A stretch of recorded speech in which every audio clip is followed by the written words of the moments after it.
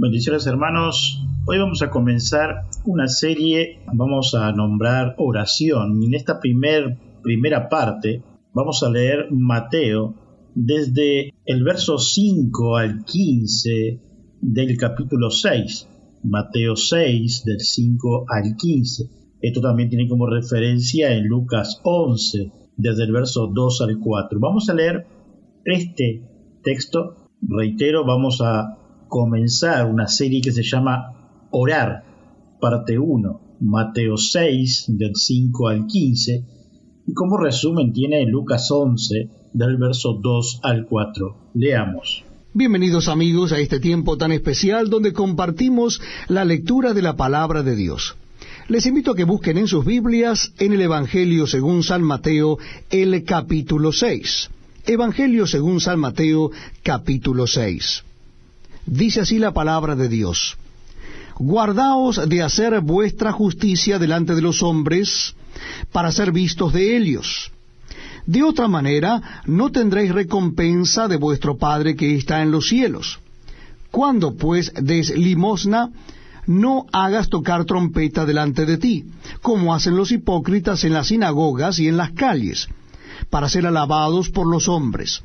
De cierto os digo que ya tienen su recompensa. Mas cuando tú des limosna, no sepa tu izquierda lo que hace tu derecha, para que sea tu limosna en secreto, y tu Padre que ve en lo secreto te recompensará en público. Y cuando ores, no seas como los hipócritas, porque ellos aman el orar en pie en las sinagogas y en las esquinas de las calles, para ser vistos de los hombres. De cierto os digo que ya tienen su recompensa. Mas tú cuando ores, entra en tu aposento y cerrada la puerta, ora a tu Padre que está en secreto, y tu Padre que ve en lo secreto te recompensará en público. Y orando, no uséis vanas repeticiones como los gentiles, que piensan que por su palabrería serán oídos. No os hagáis pues semejantes a ellos, porque vuestro Padre sabe qué cosas tenéis necesidad antes que vosotros le pidáis. Vosotros pues oraréis así: Padre nuestro que estás en los cielos, santificado sea tu nombre, venga tu reino, hágase tu voluntad como en el cielo así también en la tierra. El pan nuestro de cada día, dánoslo hoy. Y perdónanos nuestras deudas, como también nosotros perdonamos a nuestros deudores. Y no nos metas en tentación, mas líbranos del mal. Porque tuyo es el reino, y el poder, y la gloria, por todos los siglos. Amén. Porque si perdonáis a los hombres sus ofensas, os perdonará también a vosotros vuestro Padre Celestial. Mas si no perdonáis a los hombres sus ofensas, tampoco vuestro Padre os perdonará vuestras ofensas. Ahora, la prédica del pastor Daniel Batista. Hermanos, si usted tiene abierta la Escritura, desde Mateo 6, 1 al 4, nos habla de cómo se representa una religión, su actitud frente a la persona como carácter o como el versículo 5, y muchas son en nuestra actualidad como en la época del Señor y los apóstoles. Cuando el Señor denotaba en estos puntos que trata en este principio, era para darnos a conocer cómo eran los fariseos. Se paraban en una esquina connotada de la ciudad para dar limosna, y donde había muchísima gente para que sean reconocidos que era bondadoso, con mucha conmiseración por los menesterosos o los pobres. Mateo del 6, del 1 al 15, hemos ya leído y veremos sus características. Desde el versículo 1 al 4 está entrelazado al capítulo anterior, relacionado con Mateo 5:16. Así alumbre vuestra luz delante de los hombres, para que vean vuestras buenas obras y glorifique a vuestro Padre que está en los cielos. La recompensa que deberíamos de ser reconocido es del Señor, y nos dé los hombres, porque este último se desvanece como el agua entre los dedos. Y para esto seguimos viendo el texto siguiente en que hemos leído al inicio. ¿Cuántas veces decimos o hemos escuchado que el poder del cristiano es la oración? Pero en realidad, ¿qué es la oración? Diríamos mecánicamente, orar es hablar con Dios. Sí, es verdad, pero ¿qué nos dice la escritura de la oración y la consecuencia a toda la escritura? Porque en ella está plasmada la inspiración de Dios. Cuando el Espíritu Santo nos escogió en la eternidad, Él ya puso en nosotros el sentir, un corazón para hablarle al Señor. Como sabemos, el hombre es un ser sociable por naturaleza desde el punto de vista de la sociología, aunque desde nuestra perspectiva bíblica es de naturaleza pecaminosa, y en esa confirmación de nuestra obediencia al llamado de nuestro Señor pasamos a ser pecadores redimidos. En Salmos 8, 4 al 6 dice: digo, ¿qué es el hombre para que tenga de él memoria, y el hijo del hombre para que lo visites? Le has hecho poco menos que los ángeles, y lo coronaste de gloria y de honra. Le hiciste señorear sobre las obras de tus manos, todo lo pusiste debajo de sus pies. Lucas 11.1 dice: aconteció que estaba Jesús orando en un lugar, y cuando terminó, uno de sus discípulos le dijo: Señor, enséñanos a orar, como también Juan enseñó a sus discípulos. La oración de Cristo. Cristo en el texto de Mateo 6, 5 al 15 y como referencia a Lucas 11, 2 al 4, que hemos leído, nos da una forma de puntualizar la oración ante el Señor. Pero quiero remarcar que algunos de los discípulos de Juan el Bautista estaban con Jesús. Le comentaron que le enseñara a orar, y esta pregunta nos trasladamos a nosotros hoy. Primero, una oración sincera. Un hipócrita a nuestra realidad vivía como hermano, y que esto pasa entre muchas congregaciones. Lo hace muy bien. En los griegos antiguos, un hipócrita era un actor, pero en el primer siglo el término llegó a usarse para aquellos que interpretaban papeles y ven el mundo como su escenario, así nos dice Carlson en su comentario. Todavía hay actores religiosos y dibujan buenas caras, Bruce en su comentario. Una persona hipócrita atrae la ira de Dios sobre el mundo y su oración no es escuchada. 4 clases de personas no perciben el resplandor de la gloria de Dios: los burladores, los hipócritas, los mentirosos y los calumniadores, dice Berkeley. Son aquellas personas que fingen una cualidad, sentimiento, una virtud o opinión que no tiene. Son engañosos, astutos, disimulan, son falsos, inclusive lo pueden llamar fariseos, porque así eran ellos en la época de Cristo. Y esto venía desde la invasión de Nabucodonosor, en la cautividad de los hebreos. Hermanos, déjenme hablarle de una anécdota que me pasó al final de una visita de una congregación. Un líder de esa congregación oraba para que tal hermano muriera por la mano de Dios. La pregunta que se sale de esto: ¿a quién oró y quién era el Dios que le hacía tal plegaria en una iglesia? Y él como pastor, entre comillas, ¿no? Usted se preguntará, ¿era una iglesia eso? Sí, con su cartel, cantando los coros e himnos que conocemos. Debemos de tener mucho, pero mucho cuidados, porque hay congregaciones que no están vestidas de Cristo.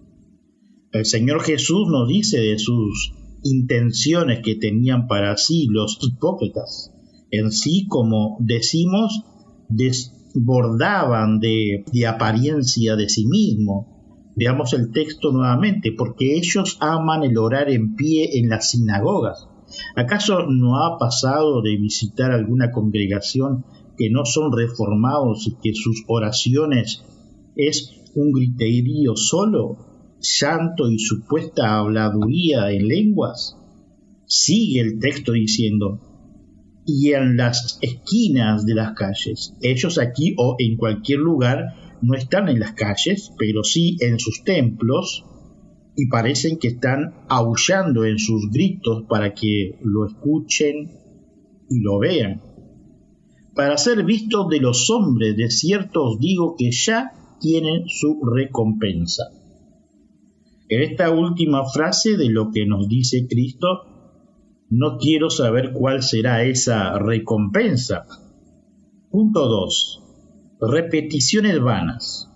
Hagamos memoria de los profetas frente a Elías, y dice en Primera de Reyes 18:26, y ellos tomaron el bueye que le fue dado y le prepararon e invocaron al nombre de Baal desde la mañana hasta el mediodía, diciendo, Baal, respóndenos. Pero no había voz ni quien respondiese. Entre tanto, ellos andaban saltando cerca del altar que había hecho. En otra ocasión, Pablo en Éfeso, pero cuando les conocieron que era judío, todos a una voz gritaron casi por 2 horas, grande es Diana de los Efesios, Hechos 19:34. El Señor aquí nos da una acentuación para que estemos alertas cuando nos dice en Mateo 6:6, mas tú cuando ores, entra en tu aposento y cerrado la puerta, ora a tu Padre que está en secreto, y tu Padre que ve en lo secreto te recompensará en público. Aquí el Señor nos da una forma de orar desde nuestra casa. Como ejemplo tenemos a Daniel. Todos sabían que él oraba 3 veces al día en su casa y en lugar de ella, pero no sabían qué decía el profeta. Recuerdo a mi madre, en cada noche ella entraba a mi cuarto para orar en una hora específica, y muchas de las veces llegaba a alguno de mis tíos, y ella muy rara veces salía de una. Siempre terminaba de orar o del tiempo común que lo hacía y luego recién salía. También las muchas veces mis tíos se iban por cansarse por la espera. Quedan las siguientes preguntas. ¿Tienes o separás un horario para orar? ¿Cuánto invertís en oración? ¿Como en estudiar las Escrituras y en dar como ejemplo a nuestros hijos? ¿Somos perseverantes en las peticiones que nos hemos propuesto? ¿Has hecho una lista de peticiones o de agradecimiento? ¿O pesa más la primera que la segunda? ¿Cuánto de esas oraciones o charlas que tenemos con Cristo dejamos que Él nos hable? Claro que Él nos habla. Podemos orar un tiempo y en esa oración intercambiada, leyendo la Escritura, y veremos que muchas de esas preguntas que te surgen en base de las peticiones que presentamos son respondidas por el Espíritu Santo por medio de la Escritura. Es así, Cristo nos responde y nos da vías de salida para las peticiones. Daniel en su juventud, siendo cautivo con sus 3 amigos de la nobleza y otros más, vinieron con ellos a la ciudad de Babilonia, traídos por Nabucodonosor. Ellos, luego de una revisión y clasificación de los nobles cautivos, ellos por costumbres y ritual propusieron no contaminarse con la comida del rey. Antes de que sucediera esta propuesta, ellos tenían una dedicación a Dios por completo. Esto no quiere decir que nosotros no lo tengamos. Claro que lo tenemos, pero no con la vehemencia de ese tiempo que estaban solo para eso antes de hacerle la propuesta al eunuco del reino referente a la comida del rey. He escuchado muchos hermanos y hermanas que se hicieron propuestas de diferentes cosas, algunos en conseguir en oración perseverando cada día, pero lo que hizo Daniel era y fue en una cultura diferente a la nuestra, aquí en Uruguay. Si me dijeran en algún lugar como en el Medio Oriente u otro que conocemos que no se puede reunir, ni menos evangelizar, esta propuesta es viable. No olvidemos que en una ocasión el profeta Daniel estaba orando y fue apresado porque no le estaba orando al rey, que había firmado un edicto causado por los envidiosos sátrapas y astrólogos.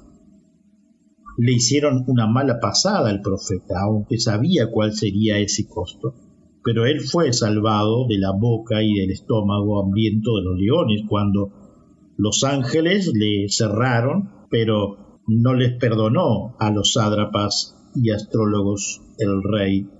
Hermanos, cuando ejercí como policía en mis años en la década del 90, tenía muchos lugares para orar y para estudiar o leer la escritura.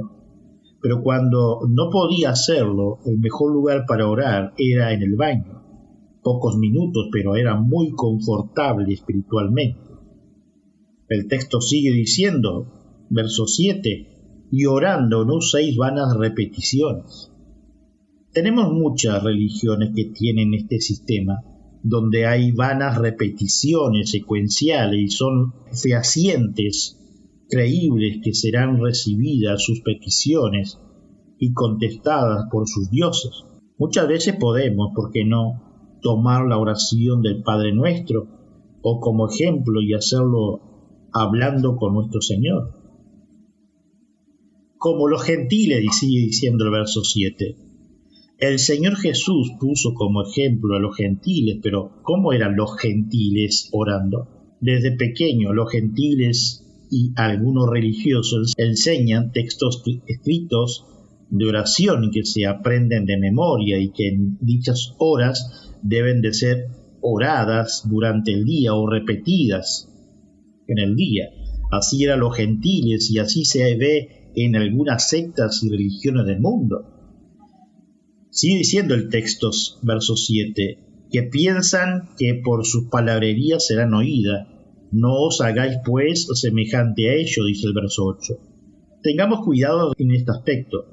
Hay nuevos adeptos dentro de la congregación cuando inician su travesía, llamémosle así. Hay un pensamiento en algunas congregaciones que se piensan que hay que orar bonito, con palabras acomodadas, con mucho estatus social o con mucho cuidado porque parece ser que estamos frente a un tirano y de una mala expresión nos va a caer un rayo y nos partirá al medio. No es así como debemos de rebuscar las palabras para orar. Eso hacen las religiones que tienen un sincretismo y liturgia. Si destornudamos se rompe la bendición y absoluto silencio y el Señor no te va a escuchar y menos en gritería donde pares. Y perdón con la comparación, pareciera un gallinero donde todos cacarean y nadie sabe qué dijo el que está a tu lado. Primero, la propia oración que nos presenta Cristo siempre fue un orden. ¿Se acuerdan cuando le dieron la oportunidad en la sinagoga para Cristo que leyera las Escrituras? El que dirigía le pasó el momento de la lectura a Cristo. Él fue, abrió la Escritura, leyó y se sentó en el lugar que estaba. Todo en un orden, así es en la oración personal y en la congregación. La oración nunca se mide por el patio del cielo, se estiman por su peso. Si hay seriedad en ello, verdad, sinceridad, Dios lo acepta por breve que sea, dice Spurgeon. De hecho, la brevedad es a menudo una excelencia en la oración. Por tanto, no utilizamos nunca vanas repeticiones, nos dice en su comentario Spurgeon. Seguimos con el verso 8 de Mateo 6. porque vuestro Padre sabe qué cosas tenéis necesidad antes que vosotros la pidáis. Casi todos los hermanos pensamos que la oración a nuestro Señor es un medio de informarle de nuestra falta, pero no es informarle, sino tener una comunión con Cristo por medio del Espíritu Santo. ¿Cómo es eso? No es muy fácil repetir las mismas palabras a menudo sin que se convierta en una vana repetición. Sin embargo, una repetición no está prohibido, sino una repetición vana. Cuanto se equivocan los que miden la oración por yarda, piensan que ha orado tanto porque han orado tanto tiempo, mientras que es la obra del corazón, el verdadero derramamiento del deseo, dice Spurgeon, ante Dios. Eso es lo que hay que mirar: calidad, no cantidad; verdad, no longitud. A menudo las oraciones más cortas contienen la mayor cantidad de oración, dice Spurgeon. No nos olvidemos la propia oración de los niños, que es una oración sincera, humilde y a veces hasta concisa. Punto 3. Un modelo de oración. Si creemos que hay una oración correcta, contextuada a la Escritura, y no decir o decir no existe. Claro, el Padre nuestro es un modelo, y es muy buena porque le dejó Cristo para nosotros tener en cuenta para decirla cuando las veces que queramos y tomarla como modelo para hablar con nuestro Señor. Verso 9. Vosotros pues oráis así: Padre nuestro que estás en los cielos, dice el verso 9 de Mateo 6. Los judíos no decían Padre al Creador, a Jehová, sino que su nombre era impronunciable para no nombrarle, y algo íntimo nombrarle. Lo único que sabía que era omnipotente, soberano, omnisciente. Cuando leemos Padre nuestro que está en los cielos, esto quiere decirnos en los siguientes puntos. Primero, Él es nuestro Padre, de todos. Segundo, en el cielo y en la tierra. Tercero, una santidad eterna. Esta es una oración para todos nosotros, no para algunos, sino para todos por igual, en la comunión con los santos. Otro de lo que vemos en el texto, que es Cristo, el único que presenta una oración de esta forma. No hay otra en toda la Escritura. Santificado sea tu nombre. En estas 4 palabras vemos la humildad de nuestro Señor Padre. No se enorgullece por sí solo, porque Él ya lo es desde el principio de la creación, el Señor y soberano de todas las cosas. Hoy en el mundo vemos la vanagloria de las personas, de sus propios logros, y a veces se sale del carril a algún supuesto pastor con un orgullo supremo, pero esto no es que nos dice Cristo ni nuestro Dios. Verso 10 de Mateo 6. Venga tu reino, hágase tu voluntad, como en el cielo, así también en la tierra. En este párrafo nos da a entender que deseamos como humanos y pecadores, redimidos por Cristo, que Dios venga y nos escuche. Venga tiene un peso de humildad, donde nosotros como hombres pecadores nos inclinamos al único sustentador de la vida y misericordioso. Jesús establece 2 grandes reglas de la oración, dice Beckley en su comentario. Primero, insiste en que toda verdadera oración sea de dirigir a Dios. El fallo verdadero de lo que Jesucristo criticaba era que ofrecían la oración a la galería y no a Dios. Cierto gran predicador describe una vez una oración elaborada y adornada que se hizo en una iglesia de Boston como la oración más elocuente que se ofrecería jamás a una audiencia de Boston. El orador se había preocupado de impresionar a la congregación que de establecer contacto con Dios, tanto en la oración privada como en la pública. No debemos albergar ningún pensamiento en la mente ni deseo en el corazón aparte de Dios, dice Berkeley. Punto 2. Insiste en que debemos tener presente que el Dios a quien oramos es un Dios de amor, que está más dispuesto a contestar de lo que nosotros estamos a pedir. No tenemos que sacarle los dones o las gracias como si no estuviera dispuesto a concederlo. No acudimos a un Dios al que hay que engatusar o dar la lata o bombardear para que conteste a nuestras oraciones, sino uno cuyo único deseo es dar. Cuando recordamos eso, no hay duda de que es suficiente acudir a Dios con un suspiro de deseo con el corazón y en los labios la palabra hágase tu voluntad, nos dice Berkeley en su comentario. Verso 11 de Mateo 6. El pan nuestro de cada día dánoslos hoy. Cristo, cuando nombra el pan diario, nos habla de la necesidad alimenticia diaria que nos hace falta para nuestra sobrevivencia. Más allá de que quizá usted se da cuenta, en la oración que presenta el Señor, presenta una oración de las cosas cotidianas. Aunque Juan Calvino dice que el pan de cada día es las Escrituras, pero podríamos decirlo que son las dos cosas. Verso 12. Y perdónanos nuestras deudas como también nosotros perdonamos a nuestros deudores. Y no nos metas en tentación, mas líbranos del mal, porque tuyo es el reino y el poder y la gloria por todos los siglos. Amén. Antes de empezar a pensar en la oración dominical en detalle, hay algunos hechos generales que nos vendría bien recordar, dice Berkeley, llegando al final. Debemos advertir antes de nada que esta es una oración de Jesús, les enseñó a sus discípulos. Tanto Mateo como Lucas lo dejan bien claro. Mateo pone todo el sermón del monte en el contexto de la enseñanza de Jesús a sus discípulos, Mateo 5.1.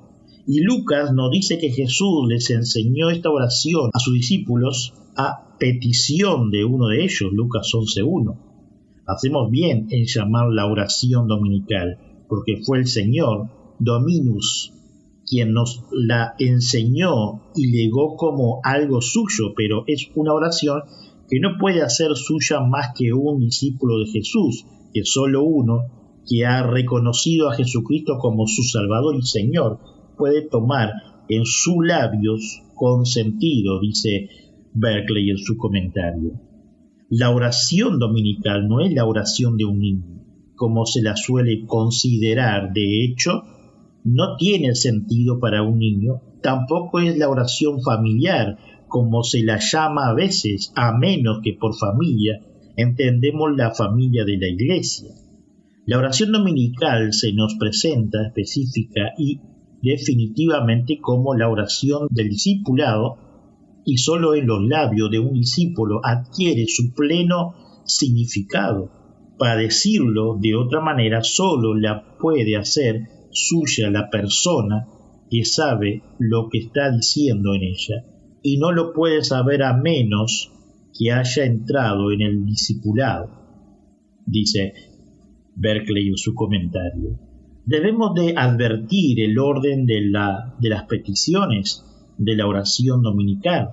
Las primeras tres tienen que ver con Dios y con su gloria. Las tres siguientes se refieren a nuestras necesidades, es decir, que se empieza por darle a Dios el lugar supremo que le corresponde, y después, y solo después, nos volvemos hacia nosotros y nuestras necesidades. Solo cuando se le da a Dios el lugar que le corresponde, todo lo demás pasa a ocupar el lugar que le corresponde.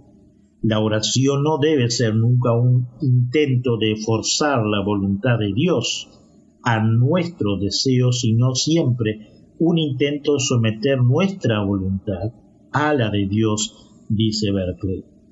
La segunda parte de la oración, la que trata de nuestras necesidades, tiene una unidad preciosamente ensamblada. Trata de las tres necesidades esenciales de la persona humana y las tres esferas del tiempo en que se mueve. Primero pide pan, lo que necesita para mantener la vida, y de esta manera presenta la necesidad del presente ante el trono de Dios. Segundo, pide perdón, así trae el pasado a la presencia de Dios. Y tercero, pide ayuda en la tentación, deja así el futuro en las manos de Dios. En estas tres breves peticiones se nos enseña a depositar el pasado, el presente y el futuro en el estrado de la gracia de Dios, dice Berkeley. Pero esta oración no se limita a presentarle a Dios la totalidad de la vida, también es una oración que trae la totalidad de Dios a nuestras vidas. Cuando pedimos pan, dice Berkeley, para sostener nuestra vida terrenal, esa petición dirige nuestro pensamiento inmediatamente a Dios, el Padre, creador y sustentador de toda la vida. Cuando pedimos perdón, esa petición nos dirige el pensamiento inmediatamente a Dios el Hijo, Jesucristo nuestro Salvador y Redentor. Y cuando pedimos ayuda en las tentaciones futuras, esa petición dirige inmediatamente nuestro pensamiento a Dios, el Espíritu Santo, el confortador, iluminador, guía, guardián de nuestra alma, dice Berkeley. De la manera más maravillosa, esta breve segunda parte de la oración dominical toma el presente, el pasado y el futuro y los presenta a Dios Padre, Hijo y Espíritu Santo, es decir, a Dios en toda su plenitud. Jesús nos enseña en la oración dominical a presentar la totalidad de la vida a la totalidad de Dios y a traer la totalidad de Dios a la totalidad de la vida, nos dice Berkeley en su comentario. Oremos. Señor, ante todo te pedimos perdón por todas nuestras acciones, pensamientos, faltas y pecados de esta semana. Llénanos de tu amor, de tu misericordia, moldéanos en tu sabiduría cada día. Ahora te ponemos ante tu presencia, ante tu altar, nuestras pruebas, luchas, situaciones. Confiamos cada día en tu fidelidad. Gracias de antemano te damos, Señor, ya que no somos merecedores de nada. Por nuestros hermanos que están en esta sala virtual, que tenemos algunas peticiones como enfermedades o cualquier problema, por ellos clamamos y sabemos que dentro de tu misericordia y voluntad obrarás. Por nuestros conocidos te pedimos, por nuestro amigo Pastor Gustavo Melo, su familia, congregación, su liderazgo allí en Rivera, sus reuniones y los futuros proyectos.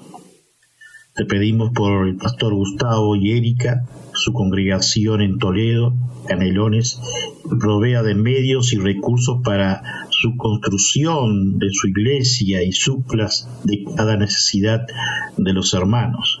Por los hermanos y amigos que nos escuchan por las redes sociales y nuestra emisora Radio Reformada. Cristo amado, por los hermanos que están pasando problemas emocionales, psicosomáticos, espirituales, inclusive económicos, tú estés tomando el control y enseñando a cada uno por medio de tu escritura.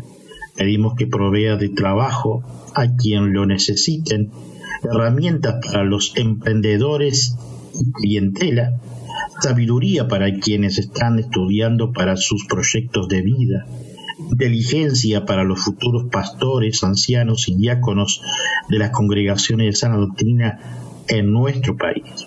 Seguimos orando por los matrimonios, que seamos fieles en tu palabra, condúcenos por medio de tu escritura, capacítenos en tu Espíritu Santo para que instruyamos en lo moral y ético con sabiduría a nuestros hijos.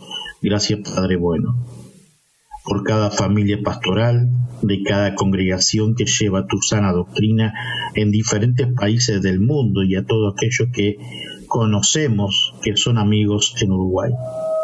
También oramos por los misioneros que quizás en este preciso momento están siendo apresados, privados de su libertad, están lejos de su familia, llevando las buenas nuevas de Cristo en lo recóndito de este mundo.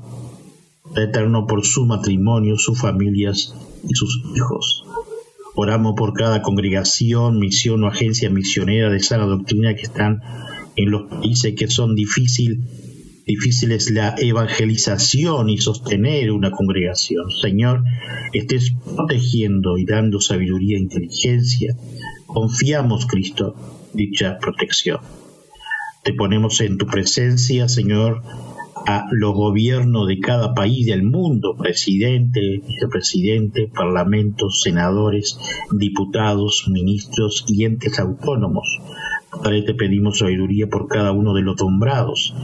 Si hay hermanos entre ellos y tienen la oportunidad de presentar tus buenas nuevas del Evangelio, hazlo, Señor, dentro de tu misericordia.